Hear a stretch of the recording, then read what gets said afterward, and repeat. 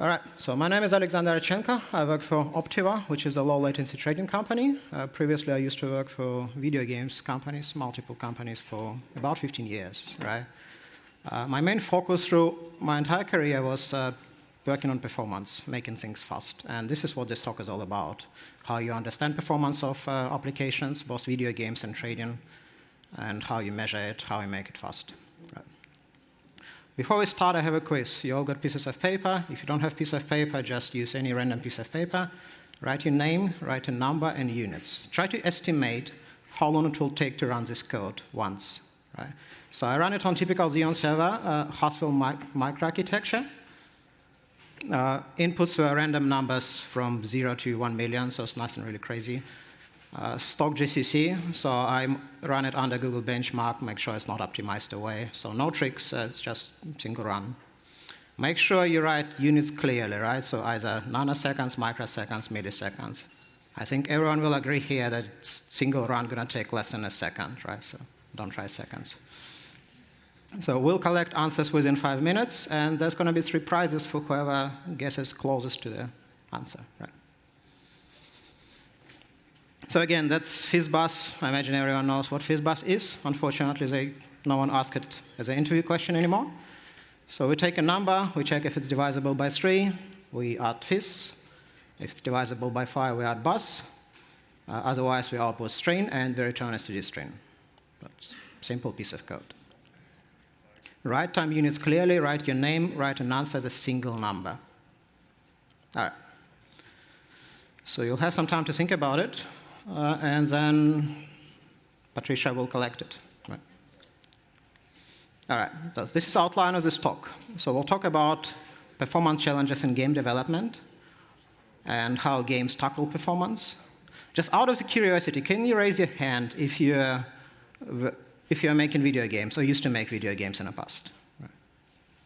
All right, so it's about 10%. Can you raise your hand if you're working for trading companies or something like extremely low latency? Oh, that's about 50-50. Good. So can you raise your hand if you worked in both? Yay. All right. So in my experience, a lot of things similar, a lot of things different. So game developers can learn a lot of things from trading companies, and trading developers can learn from games. So I won't be talking much about optimizing code. I'll be talking about how to measure code and understand performance. And that's usually the first step before you start optimizing. And then at the end, I'll talk about lightweight tracing. Example would be Fizzbuzz. So we'll get to Fizzbuzz in the middle of the talk. So my background, I've been making video games for 15 years on all major platforms. I was mostly working on 3D graphics, a little bit animations, a little bit AI. And then 3 years ago, I switched to Optiver, which is low-latency trading company. By low latency, I mean we measure things in nanoseconds, right? While in games, people normally measure things in microseconds. Performance matters in both domains, but it matters in different ways. Let's talk about it. So first of all, why performance matters? So can you guess what's the second most common complaint about any PC game on PC forum? So I'll tell you what the first is, what's the most common ones on PC complaint about PC games. It's going to be bugs. What's the second most common complaint? Bugs. Yeah. Slow. Yeah, games run slow. And there's a reason for it. It's not because game developers don't know how to write code.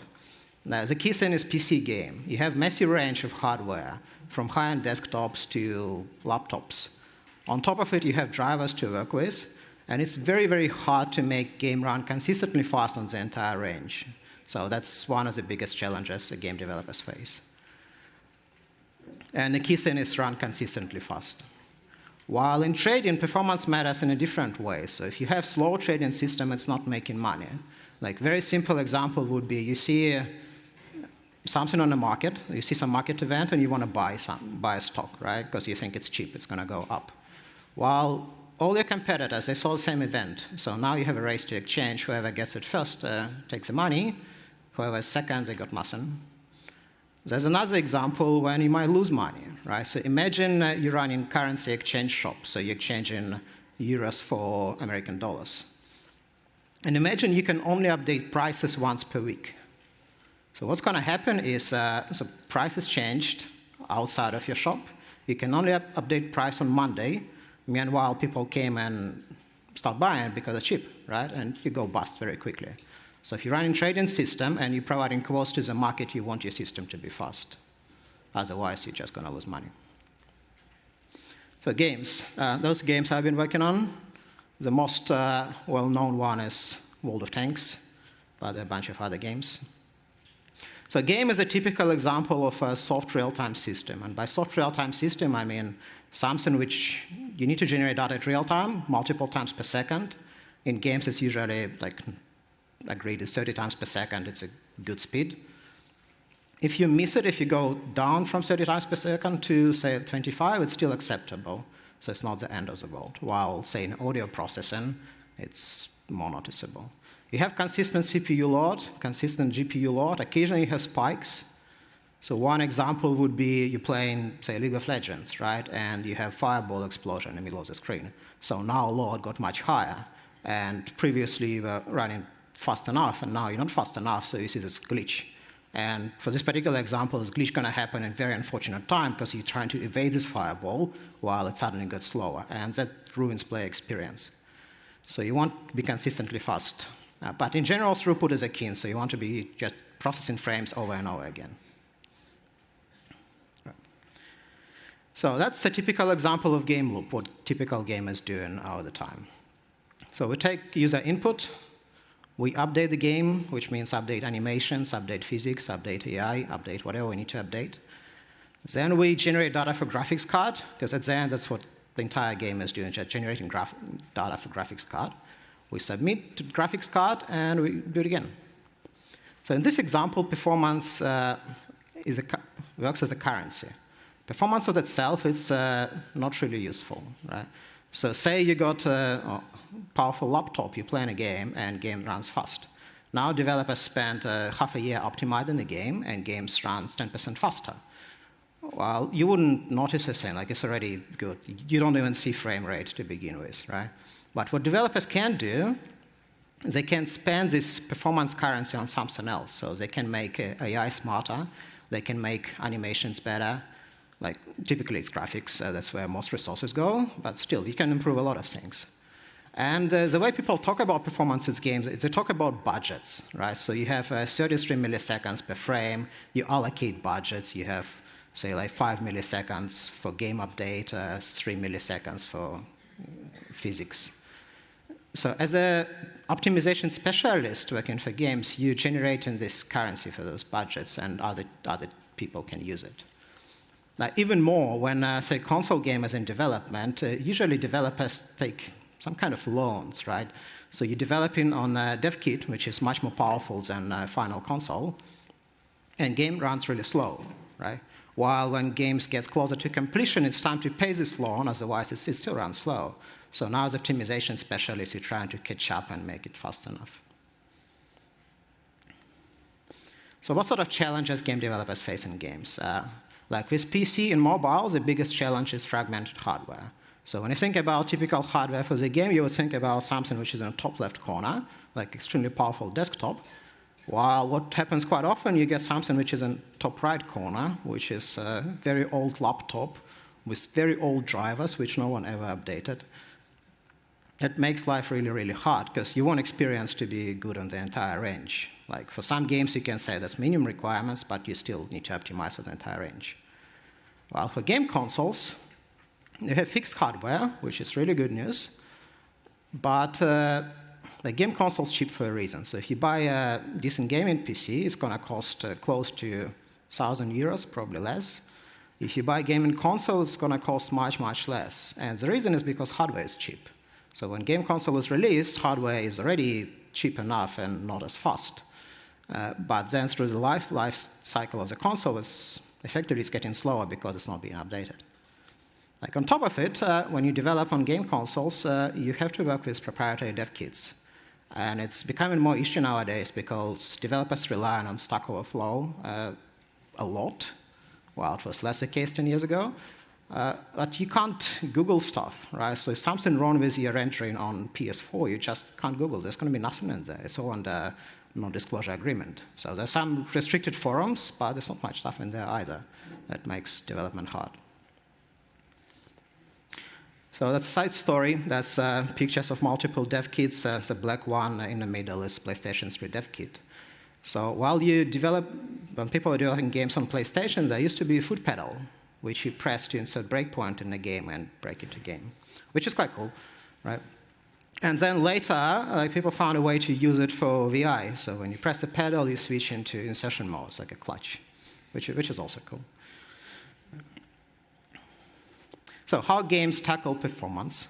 So we start with a simple example of reference game level. So if you're writing graphics, you start with this. You run manual test. You measure frame rate. But then that's usually a very simple first step. The next step would be to use profilers to analyze a whole game session. Remember, it's very important for performance to be consistent, right? You want throughput to be consistent.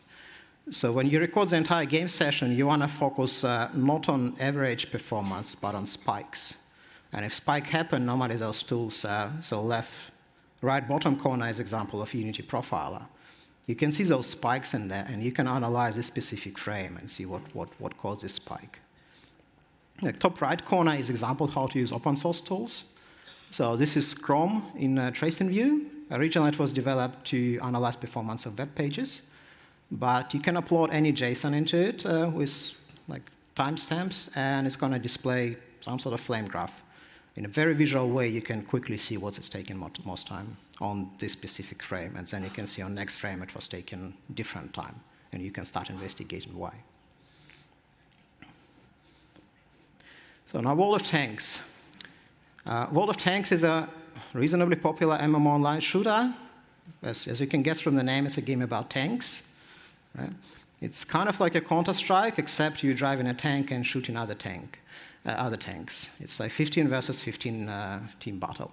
Can you raise your hand if you heard about this game before my talk, or you know someone who played? Wow. That's pretty much the entire room. As I said, it's a popular game. Right? So I've been working on technology for this game for, say, 3 years. So the biggest challenge with this, it's an online MMO game, which means your hardware range is extremely wide. It's much wider than typical PC box game. And because it's a free-to-play game, people who are paying you money, they can be playing on low-end laptops. That's perfectly fine, right? It can happen. And you can't just say, game is going to play well and look well on high-end desktops, but on laptops it's going to be crap. It's not going to fly. So you have to make it fast on the entire range, and this is very challenging.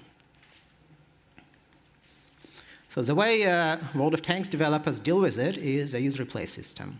So originally, the system was developed to reproduce bugs. So what it's doing is recording network traffic, like game is client-server game, where server is doing most of calculations. So recording network traffic, and then when you replace this traffic, remember, game session is taking 15 minutes. You can replace the entire game. You can see as game happened. And you can reproduce a lot of things, which could be really hard to repro. So imagine your quality control team was playing a game for 5 hours, and they managed to get this bug. There's a high chance you get repro from replay. So it proved to be extremely useful. But then developers started finding other uses for it. One use was performance testing. So you get this replay, and you start recording performance through the game, like, well, what was the frame rate? And it's kind of similar to integration testing, like you test the entire game. It's very close to what user was seeing on his hardware. So it proved to be extremely useful to test optimizations. It proved to be very useful to test the game map changes as well. So you can, if you want to add more content to the game, to specific game level, you can measure performance before and after to see how much it affected on the range of hardware as well. But then developers went even further, and they thought, it's fun to watch it, right? So if I'm playing a game, I play it really well, it's really good to watch it again, and I can share it with other people to watch. Let's do it. So they open it to the public, right? So there's multiple websites when you can upload your replays. Well, normally people do this if they play well, like they normally don't upload if they play badly. You can brag about it, so it's proved to be very, very popular. And then developers started running into problems. So one problem was it's kind of obvious. Since you're recording network traffic, if your protocol changed, depending on protocol change, replay might be completely broken. Right? So if some optional field you added, you might survive with default values, but otherwise you need to re-record. And you have to think about protocol, because now it's not internal, people rely on it, right? Like someone has really good replay and they can't see it anymore. That kind of sucks. Game map changes may invalidate replays. So if you add, say, forest in the middle of the map, while previous replay had no idea about the forest, so tanks just going to be driving through the trees. Right? And that's going to be issue of security. So the reason there was issue of security is a lot of tanks run Python code for game logic on server side and some Python code on the client side. So there are two ways to send data from client to the server. One was to use a defined protocol. So when you need to add a new field, you need to go through changing protocol, which is painful.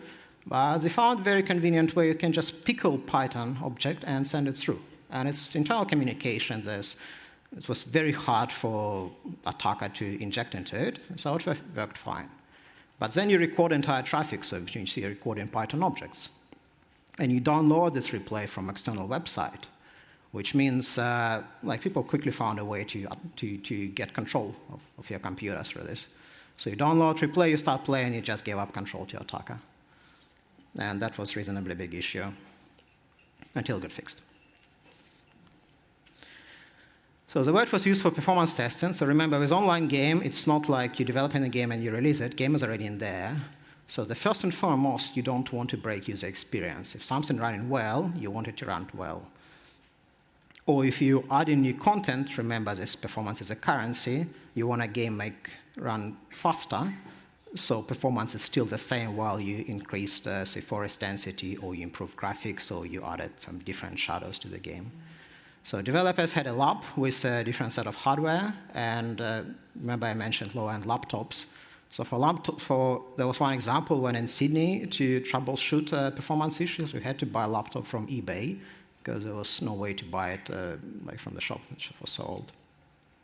Then you run a set of tests on different maps on different hardware. You analyze average performance rate, and if performance drops, you just not allow release. And this worked surprisingly well. It's really a great technique. So now, let's talk about trading. So trading is a low latency request processing system. And remember, as in games, I said performance works as a currency you can spend on improving something in a game. So in trading, performance is a currency which you just spend, right? So if you made your trading system faster, you made money. Well, hopefully you made money, assuming you now, say if you have one competitor and your system response time is, like for argument's sake, 50 microseconds, while your competitor is taking 40 microseconds. So as long as if you're not overtaking competitor, you're still second, so you're still not winning. So if you made yourself faster and now you're taking only 41 microsecond, while competitor is 40, you're still second. There could be some variance on the network, so you might still sometimes be first, right? But normally, as soon as you overtake, you can see performance and you can see profit. Right? But typically, it's winner take all. So you made yourself faster, now you're getting more money. Most of the time, trading system is idle. It's not like it's doing nothing. It's receiving network data from the market. It's making decision. Typical decision is, I'm not interested, so I continue receive and do nothing. Sometimes something happens, so a new order appeared on the market, and you think theoretical price should be higher than it is now, so it's a good time to buy and then sell in the future. So now you're racing to exchange to buy. And your competitors also racing to exchange, because everyone saw this information, so you need to be fast. You need to be fast to adjust your own order as well. So maybe this is your order sitting on the market, and everyone thinks it's cheap now, so you want to adjust price as quickly as possible. Otherwise, you're losing money if someone takes it. So we use dedicated Linux hardware. Unlike in games where you have massive range, our range is very narrow. Even more, the simplest way to make your trading system faster is just buy new hardware. So if you have not enough cache, if you have cache misses, you just buy server with bigger cache. Right? It's very easy. We have speed lab, which is like set up with identical hardware to production when we can test performance before we deploy. We also, that's not enough though, so we still measure performance in production to make sure our system behaves the way we expect. We typically use time series database to store captured data, and the reason we do this so we can analyze historical data. Right? So if I deploy a new system today, I want to see how it's going to behave on big events, and I can look at the previous big event and compare how it works. So it proved to be very useful. That's a very secret slide. Don't tell anyone. That's how we make money. Right? So there's Exchange. So we receive some market data from Exchange. There's three pieces of, there's three blocks called information, strategy, and execution. There could be different applications, could be one application. Logically, it's three different blocks. So receive market information, we process it. So normally it arrives in some Exchange-specific format. Then we make trading decision. So when you receive information, you want processing to be as fast as possible. When you make trading decision, you want this trading decision to be fast. You also want it to be smart. So if you make a stupid decision, then you're going to lose your money fast. So you don't want this to happen. Then you start executing if you want to send an order, which normally means generate something in Exchange format and send it to Exchange. Then your order arrives to Exchange with a profit, and you do it again. That's a money loop. So what sort of challenges and performance-related challenges in trading? There are multiple. The biggest one is cache. Like there's lots of talks about cache, so I didn't go much into detail. That's a typical example of CPU snapshot, and see how much cache takes on it, like level 1 cache, level 2 cache. The reason there's so much cache helps mitigate high latency when accessing memory. So generally, level 3 cache is shared across cores. So if you have server with, say, 24 cores, like other processes can stomp on your level 3 to make your life interesting. So simplest way to mitigate is don't have noisy neighbors, right? So don't run video encoding when you have trading system run on your server. We normally do not use hyperthreading because it shares L1. There are other reasons why we don't use it, but that's the most obvious one. But the key thing, when trading system responds, you want your data to already be in a cache. I found this very different from how game developers approach it, because in games you have like much bigger chunks of data. So for your data to be in a cache, we use very advanced technique, which means simply keep running. So you want to keep touching memory, right? So you have to be ready for this moment when important information arrives in the market and you want to respond. You want your data to be in L2, not even L3. And the simplest way to do it is just keep running through your hot path, right? So just generate order, drop it, generate order, drop it, generate order, drop it. Like you do it with certain frequency. After some point, it's just not making a difference. And that works surprisingly well. It also trains branch prediction. It loads and makes instruction cache hot, and it's very easy to implement. So yeah, it's a good technique. So how we measure latency? There are two ways. There are software timestamps, which is pretty straightforward. So you capture timestamps in your application. Like if you use C++, you capture this in C++. The more interesting one is a hardware timestamp, which normally means a special switch with latency, like very low single-digit nanoseconds, which inserts timestamp in a network packet. And later you can sniff this packet and extract timestamp. So the beauty of this method is you don't have to modify C++ at all, right? You just get your timestamp, and this is what we normally call wire-to-wire. So for your order trader, you got one timestamp when you receive market data, a second timestamp when you send an order to the exchange, right? And that's your response time. We do this in production as well to make sure our system behaves the way we want the system to behave. On top of it, like if it's a complex piece of software, you can have software timestamps as well. And then we link them together and store in time series database for analysis. So from those timestamps, we built histograms. We analyze outliers. So maybe there was some interesting event on specific time because something big happened, right? Could be some political event, maybe something small happened, but we're not fast enough. So we can analyze using database data. It's very, very powerful. So lightweight tracing. As I said, cost is very light. For hardware timestamps, it's single-digit nanoseconds. For software timestamps, it's depending how you do it, right? You can use RTDSC, you can use Chrono, depending how much overhead you want to accept. Chrono is probably easier to use. It's still cheap, it's nanoseconds, so if you measure things in microseconds, then you're perfectly good. I found it's very useful to output data in a visual format when you analyze in performance. Right? You can see patterns much, much better than in numbers. So now we get into Fizzbuzz. So latency Fizzbuzz, output Fizzbuzz a number. How you make it fast, you measure first. Or we'll see how we went with guesses.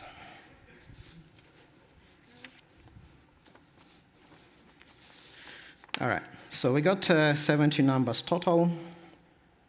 Number of answers in nanoseconds, 46, so slightly over the half. Number of answers in microseconds, 16. Number of answers in milliseconds, 10. So the range is quite wide. So out of those 72 answers, only 15 answers were in a reasonably tight range, which is close to end result. So we got 3 winners. Oh, yeah. So it's a Fizzbuzz, and the answer is 98 nanoseconds. It's very hard to estimate this code, even though it's a simple piece of code, right? Can you raise your hand if your guess was close to 50 nanoseconds, so like in this range? Right. So you're correct for half the cases.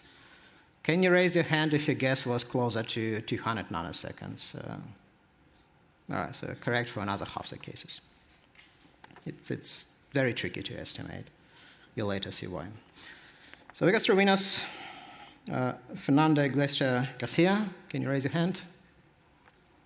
Oh, somewhere in the room, yeah. Then Fyodor Alexeyev and Janka Robert. So we got 3 Raspberry Pis. We can pick them up from our booth, right? So they're there. It's just don't waste time coming to a stage. But congrats.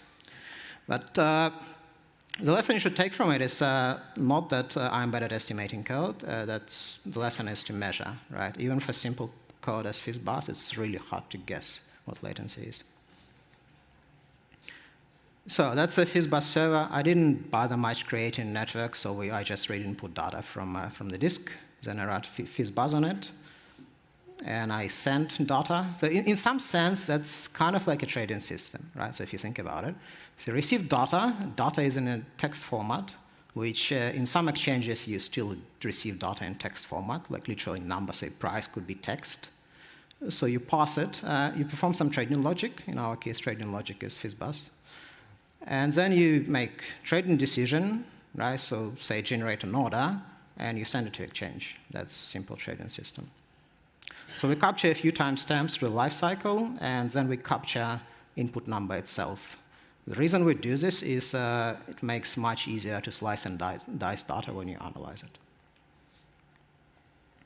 So timing, there's nothing straightforward, nothing really complex in there. So don't treat it as production-ready code. It's nowhere close to production. It's just to show you example, right? So I used Chrono. I found it to work surprisingly well on Linux boxes. I know on Windows you need to use RTDSC. Like on Mac, you need to use something else as well. So I capture data into memory. At the end of the run, I dump it to the disk to make sure it's not affecting performance timings. So I capture using high resolution clock. As I said, nothing really complex in there. So when you capture using high resolution clock, or RTDSC for that matter, what you get is a number. So number itself is not particularly useful. So what you can get from this number, though, is you can calculate duration. And that's one way to do it. So you just calculate duration and capture duration. Another way to use it, and I found it to be more useful, is to convert it to Epoch, which is a number of nanoseconds passed since 1st of January 1970. So from this, you can still calculate duration, but you can do a lot of other things as well. That's what we do. So that's how it looks. So this giant number starting with 148, that's an Epoch timestamp. Nowadays, I think it's 15 something, and request. So simple text file. There's no need to store this as a binary format. Like, believe it or not, that's what we do in trading in some cases. Because number of requests we run through the system, it's not extremely high, right? So you don't want to spam, but if you only process, say, 1 million requests per day, it's perfectly fine to log data in text format. The upside is you can use text tools to process it. But you can use binary, that's also fine. So I used macro benchmark Python unit test to drive it. I found it very convenient, so I generate test data, I run it. On Linux, like one tip, make sure you pin to specific core when you run your test. It's very easy to do. It stabilizes measurements, avoids jumping cores, right? So it just makes it slightly more stable. So the reason I use micro benchmark in this case, I run the entire application, right? So I want to get feedback as quickly as possible.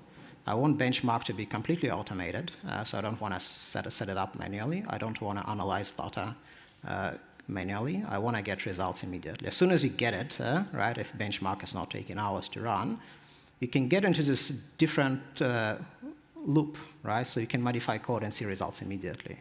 Like comparing with a case when you need to run benchmark, setting up benchmark takes 10 minutes and running it takes 10 minutes. You just can't get this into fast feedback loop. So what I normally output is, like I can't output single number. So I output average, I also output text histogram, so which means percentiles, like median, 25 percentile, 75 percentile.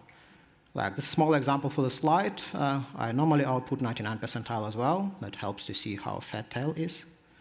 And even from this, you can infer a lot of information from this. And remember, that's very quick feedback. So for example, what you can get from it is, say parsing is very stable, right? While processing time, average is quite different from median, which is usually like you need to dig deeper to investigate why. Like if you run a CPU-intensive work, you would expect result to be, like if you build a histogram, to be bell-shaped curve or something similar to bell-shaped curve. And in bell-shaped curve, average is very close to median, while in this case it's not. You can get fat tail. In fat tail, it's going to be skewed, but it's going to be skewed in a different direction. So you can, that's a good point to start investigating further. So one way to investigate further is to use Jupyter notebooks.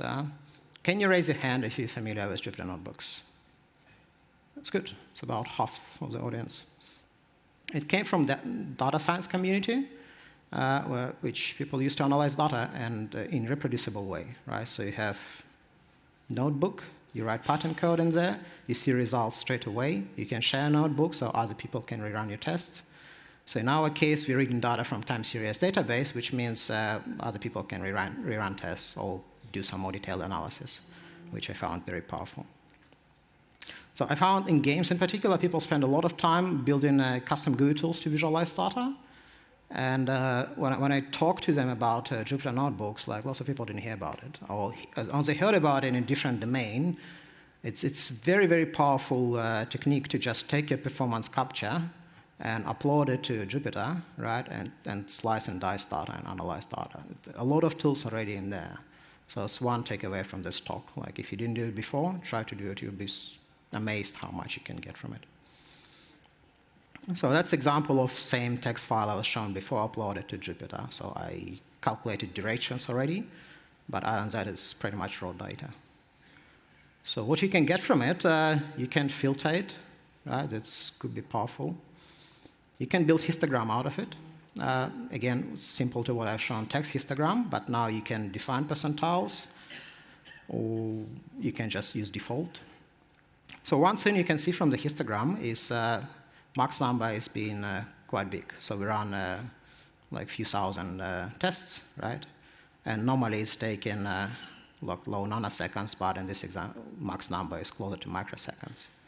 So when you want to understand it, you want to visualize. One very common case to visualizing this data is to build a histogram.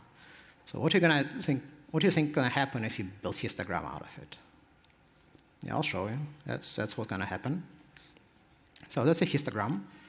It's a histogram, but it didn't look like one. Doesn't look like one. And the reason it doesn't look like histogram is because you have one outlier, or maybe multiple outliers, further to the right. So system is trying to display everything, and you just can't see your distribution, right? So everyone gets to this point, and the typical solution is to start discarding. So you want to discard this naughty outlier. You want to see your real distribution. And the key thing when doing it is to never drop data arbitrarily. So when you drop data, that's a very important point. Like, you need to realize I'm discarding data now. So you want to use it, you want to do this using some consistent technique. So if you say, at the beginning of my test, system was cold, or maybe beginning of the trading day, system was cold, so the first few orders were slow, I'm not going to look at them. That's perfectly fine. If you say, for this test, I want to discard everything outside of, say, 3 standard deviations, that's also fine. But never discard data until you get histogram in a shape you like, right? Because what's going to happen if you'll start seeing this as a reality, while in practice your performance profile is completely different, right? So one way to discard it in a Jupyter notebook, look how simple it is. It's just a single line, right? Imagine you need to write this in C++ GUI tool, and then you need to rebuild and redeploy. So you drop everything, so in this case, outside of 3 standard deviations. So now max number looks much more reasonable. We can graph it. So when we graph it, so one thing, like before we graph it, what we can tell is median is quite different from average still. That means distribution is not normal or not unimodal, to be more precise. So that's how it's going to look, right? So your answer, correct answer for response time for Fizzbuzz is 100 nanoseconds, or 98 nanoseconds, which sits right in the middle of this graph, right? Right here, which is never the case. Like, your system never responds, and but if you're going to look at averages, what are you going to think? You think system is response time is 100 nanoseconds, while it's always responding either in 50 or 150. And your median is going to be there as well. It's going to be slightly shifted, but still, right? So it's one thing I learned, like when I was learning statistics, I never really understood the purpose of mode, right? Maybe it's just me. So I understood what mean is and what median is. That was clear. But mode in computer science, I never really understood why you need this concept. And that's a very good explanation why. So it's called bimodal distribution. So mode is a value which you most commonly see in this specific population. For unimodal distribution, which is bell-shaped curve, there's only one mode. For this case, 2 modes. So here's one, here's the second one. And now you can continue investigating. So one way to investigate using Jupyter is you can start filtering data. Since you get the original request, you can try to figure out what requests exactly cause this second spike, right, like 150. And you'll quickly find out why. Another way to do it is to use Optiver profiler. Like for this, you have to come to work for Optiver. That's one way to do it. Or you can take ideas and implement in your own tools. Ideas themselves are quite powerful. So what I found in all companies I was working for, like Profiler itself, runtime part, which is capturing data, they're all quite similar. So you have some scope guards, you have some functions to add metadata. You capture it in some sort of binary file. Like in games, you normally capture with microsecond precision. In trading, you capture with nanosecond precision. But what most interesting is tools, how you view data, right? And in our case, we have multiple tools. Some of them are quite standard. Some of them are less standard, or I didn't see the one in games. I don't know if there are any open source versions of it. So the tool is called Tarantula. That's how output looks like. Right, so Tarantula analyzes your code path.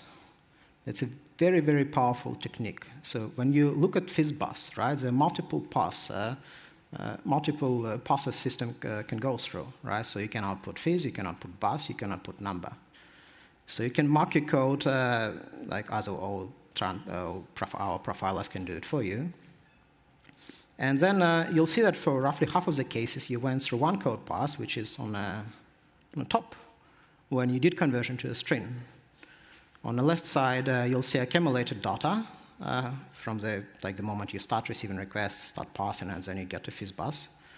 On the right side, you see deltas. So say in this case, that's 124 nanoseconds passed since you enter this function. Right? Then you see text histogram. So there's a lot of information packed in there. So I think this is 25%, 10th percentile and 25th percentile. You can see medians, averages. So that's all time through the system. And on the bottom side, it detected that you have second code pass. And second code pass looked different because you didn't call conversion to a string. And for the second code pass, timing is quite different as well. And it's very important to realize that, say, in trading system, not all code passes might be interesting to you. So some code passes might be completely not interested. Say, in one case, you send in an order. In another case, it's some sort of rejection or housekeeping work. So when you see a code as a series of code passes, you can only focus on interesting ones, while ignore non-interesting ones. So we have two code passes. So conversion to a string is expensive. Well, no surprise here, or maybe it's a bit surprise. Like, I don't know how much expensive you want it to be. You expect it to be, but yeah, probably expensive. So now, let's try to optimize it. So we know Fizzbuzz logic from request processing is the most expensive part. So how can we make it faster? Say you got this function, you identified this function as a hot pass. I want to make this function as fast as possible. So one way to make it faster is to, well, there's a STL call in there, so it must be slow. Like we see it from profile as being slow. So I'll just write my own version. Like I take unsigned integer, so maybe I don't have to worry about minus. Maybe it's going to be faster because of this. Maybe it's just my version of standard libraries doing something crazy. So I'll write my custom code. It's going to be slow. Maybe it's std string being slow. I'm returning std string, so maybe I need to return something else. Right, so maybe this part is slow. So lots of ways you can approach it. What I found, and this is how I would do it a few years ago, right? It's very easy to get into this state and start optimizing these particular functions. Like micro-benchmarking something feels really great, and optimizing it feels great as well. So yeah, boring. What works much better, though, is look at the high-level picture, right? Like, think about what your entire application is doing instead of focusing on a single function. So your entire application is receiving data from the network, just a reminder. You process data, and you send data over the network. That's what you do. It's not about Fizzbuzz function. Fizzbuzz function, in this case, is just a single function. And in this particular example, you already received data as a string, like const char string, right? You have to pass it. You have to process it. But why on earth would you convert it back to a string? Like after you convert it to the number, there's no reason to do it. You already have a string. While if you're going to be optimizing Fizzbuzz code, right, you already got a number as an input. There's no way around it. You have to convert. And then you'll spend a lot of time optimizing it and making it fast, right? Which is not a good way to spend your time. What works much better is to look at the whole thing. And then you can completely eliminate chunk of processing. You don't need to do conversion at all, right? So you take a string, so you change API, right? You take const char as an input, and you output const char. And suddenly you don't need to do conversion at all, right? You see your code base became much smaller as well, and much faster. So if you do profile capture for this, I was going to build histogram of it until I measured it and realized that cost is close to zero, right? Like entire processing time disappeared. So now we return const char, which means we're not generating SD string, so we're not writing into memory. And alternatively, we just return whatever we received to begin with, which means we took a pointer and we return a pointer. So cost of doing a string to integer conversion is, say, 20 nanoseconds. And version which is doing Fizzbuzz is taking roughly 20 nanoseconds as well. Right? So it just completely eliminated it. But it's only possible if you look at the system as a whole. Like if you start looking at Fizzbuzz, you're just going to be, you get this tunnel vision. So try to avoid. That's like if you're going to take single thing away from this talk, that's it. Just try to avoid this tunnel vision as much as possible. Always look at your system as a whole. Like it's extremely powerful. So yeah. So closing, it's very hard to guess execution, as we all learned. So measure, it's been told multiple times. Visualize data to understand it. Like until we look at the data in a graphic way, you would think your average performance, average latency is 100 nanoseconds, while in practice it was much it was different, right? So you can only see it after you visualize it. And when you optimize in something, always look at the high-level picture. So do not get into this tunnel vision state. So before we get into the questions, I want to thank to Patricia Ostrovska and Walter Zwart. Can you give them a round of applause?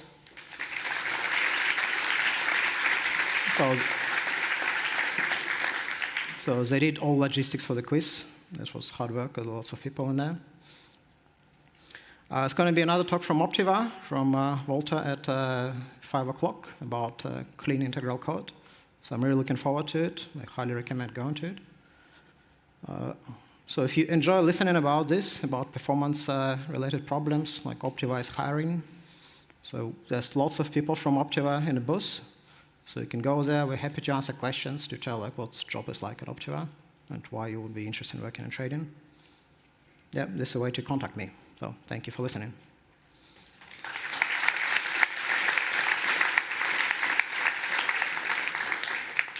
All right, now questions, if you have any questions. There's a microphone somewhere in there.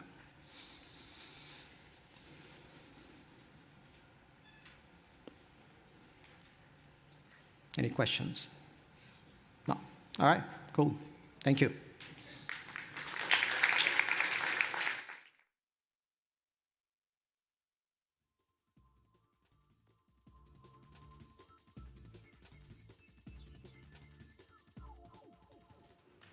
Did you turn it off already?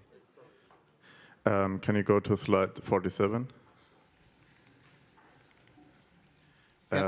Just a stupid remark. You said that you don't need to convert a number back to a string. Yeah. And I think you can even, you don't even need to A to I. Because you can check for divisibility by 3 or by 5 by just looking at the string. Like for the 5, you need only the last digit. And for divisibility by 3, you can use the digit sum approach. Right. Well, that's a really good comment. Thank you for your question. Yeah. That's another way to optimize it. Yeah. All right.